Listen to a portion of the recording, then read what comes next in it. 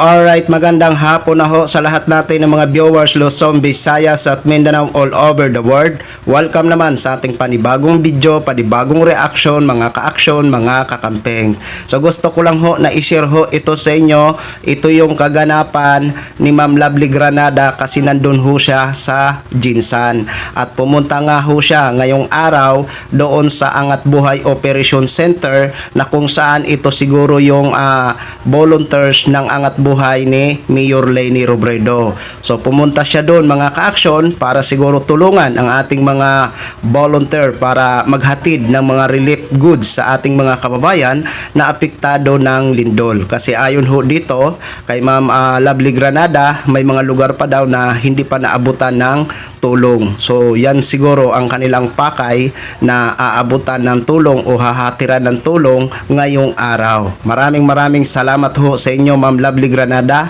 Malaking tulong ho yan sa ang ginagawa nyo sa ating mga kababayan na nasalanta ng lindol, at malaking tulong din ho ang ginagawa nyo sa administrasyon ni Pangulong Bongbong Marcos. So eto mga ka-action, panoorin muna natin credit or courtesy ho sa video ni Ma'am Lovely Granada. Please allow me to use for informative purposes only. Thank you so much, Ma'am. Good morning Pilipinas, good morning Luzon, Visayas and Mindanao. Andito tayo ngayon sa Angat Buhay Operation Center sa may Aparente Street at currently niloload natin yung mga 216 packs na bigay nila. Ang recipient nito ay mga communities natin sa Malapatan at saka may mga recipients din tayo sa Kalumpang. Yun yung mga identified na barangay na hindi pa daw nakatanggap ng tulong. So ayun, maraming salamat po. And sa mga nag-donate din, maraming salamat.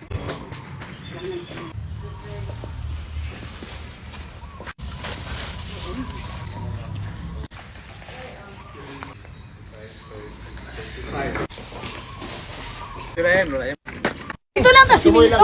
Tuloy lang. Hindi, maghapon. Siyempre ha.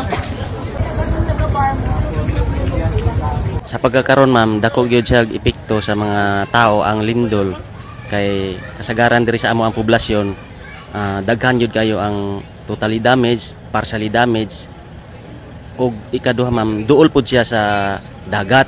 So napagani alarming ato na magkaroon daw og tidal wave. So nagdubli na unya ang uban, ang ilahang mga panginabuhian naapod sa panagat. Mao na nga dako gyud kay pud siya og kanang epekto sa mga lumulupyo diri.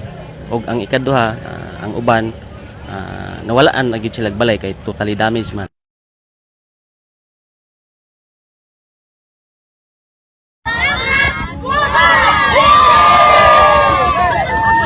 So yun na ho mga ka-action, mga kakamping, no? Yan ho ang kaganapan ng mga volunteer ng Angat Buhay Center ni Mayor Leni Robredo. Correct me if I'm wrong, Ma'am Lovely Granada.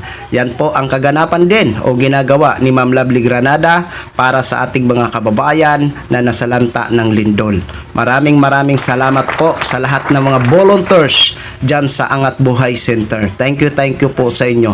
Kasi grabe ho mga ka-action, mga kakamping, talagang grabe ho ang mga dinadanas ho ng ating mga kababayan kasi ang iba talagang nawalan talaga ng bahay kasi matindi ho, napakalakas po talaga ng lindol na yun kasi 7.8 po yun mga ka-action, nakakatakot ho.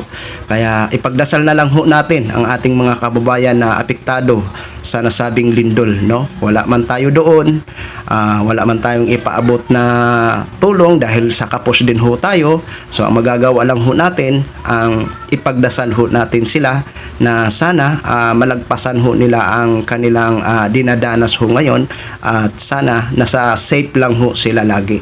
So ayan po mga ka-action, no? Share ko lang ho sa inyo yan.